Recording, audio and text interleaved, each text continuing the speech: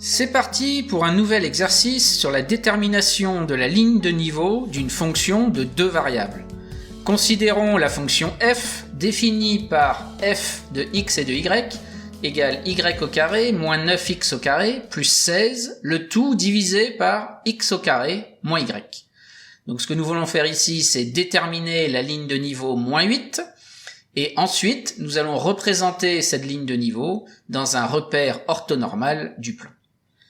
Donc nous rappelons que la ligne de niveau k d'une fonction f est déterminée par son équation, donc f de x et de y égale à k, pour tout couple x, y appartenant au domaine de définition de f. La ligne de niveau est aussi déterminée ou caractérisée géométriquement par le fait qu'elle est en fait l'intersection du graphe de la fonction, c'est-à-dire de la surface S d'équation z égale f de x et de y, avec le plan horizontal d'équation z égale k. Donc pour notre exercice ici, ce qu'il va falloir voir, c'est que l'équation de la ligne de niveau moins 8 de notre fonction, c'est exactement l'équation qui est écrite ici, et qui va donc être vérifiée pour tout couple xy dans le domaine de définition de la fonction f. Donc avant de travailler sur l'équation en elle-même, il faut d'abord définir ou déterminer le domaine de définition de la fonction. Donc pour cela, on va étudier l'expression donnant f. Donc on va travailler sur cette fraction-là. Donc on voit que le numérateur qu'on a ici et le dénominateur qu'on a là sont tous les deux définis pour tout couple xy avec x qui est réel, un réel quelconque, et y qui est un réel quelconque.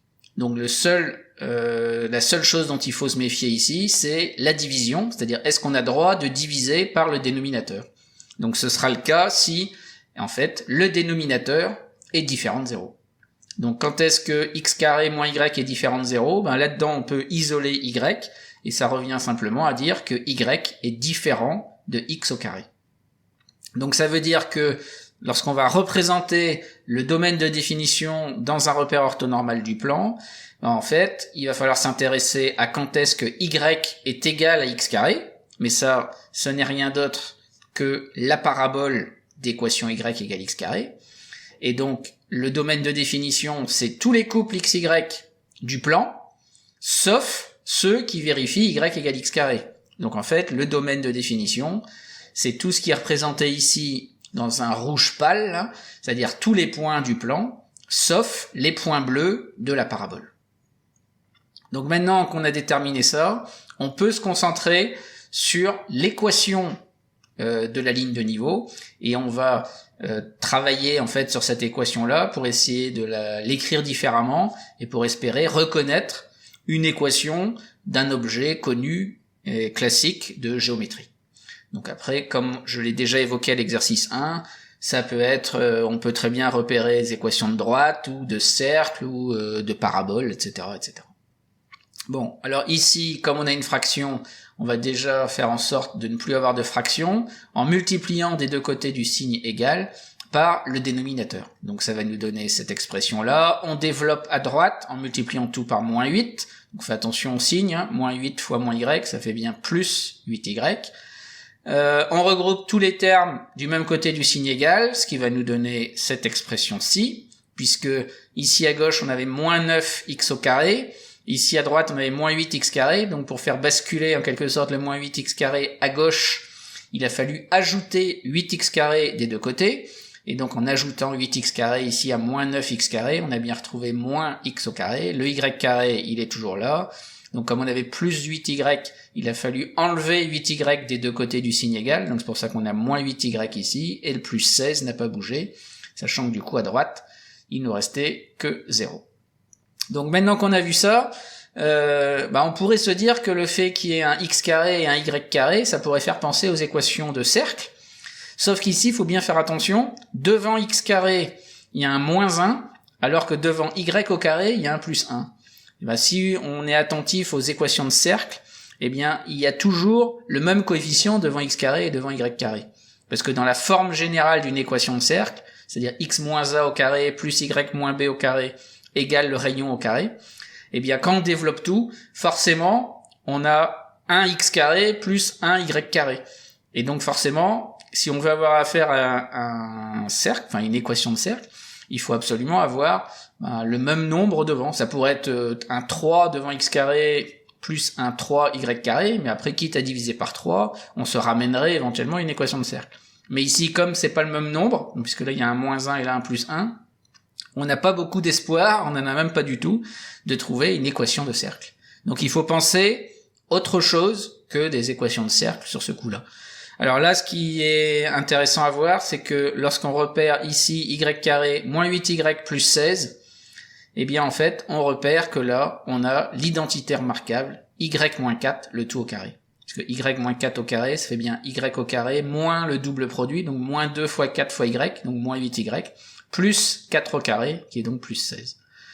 Et donc sous cette forme-là, on va pouvoir faire 2-3 choses, puisque en réécrivant ça un tout petit peu, ça nous fait en fait y moins 4 le tout au carré moins x au carré égale à 0.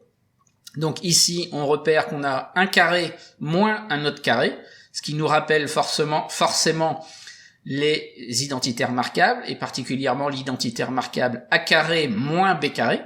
Mais a carré moins b carré, on sait que c'est a moins b fois a plus b.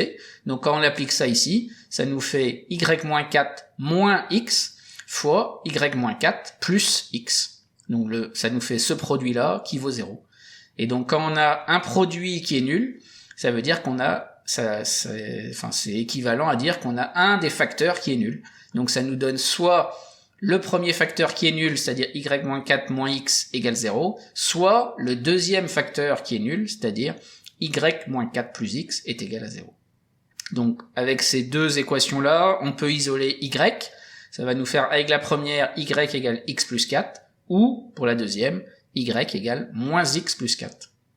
Alors là, ce que l'on repère, c'est que y égale x plus 4, eh ben, c'est de la forme y égale ax plus b, de même que pour y égale moins x plus 4. Ça veut donc dire qu'on a ici deux droites, et précisément, la ligne de niveau, en fait, vu que c'est cette droite-là ou l'autre droite, en fait, la ligne de niveau en elle-même, c'est la réunion des deux droites.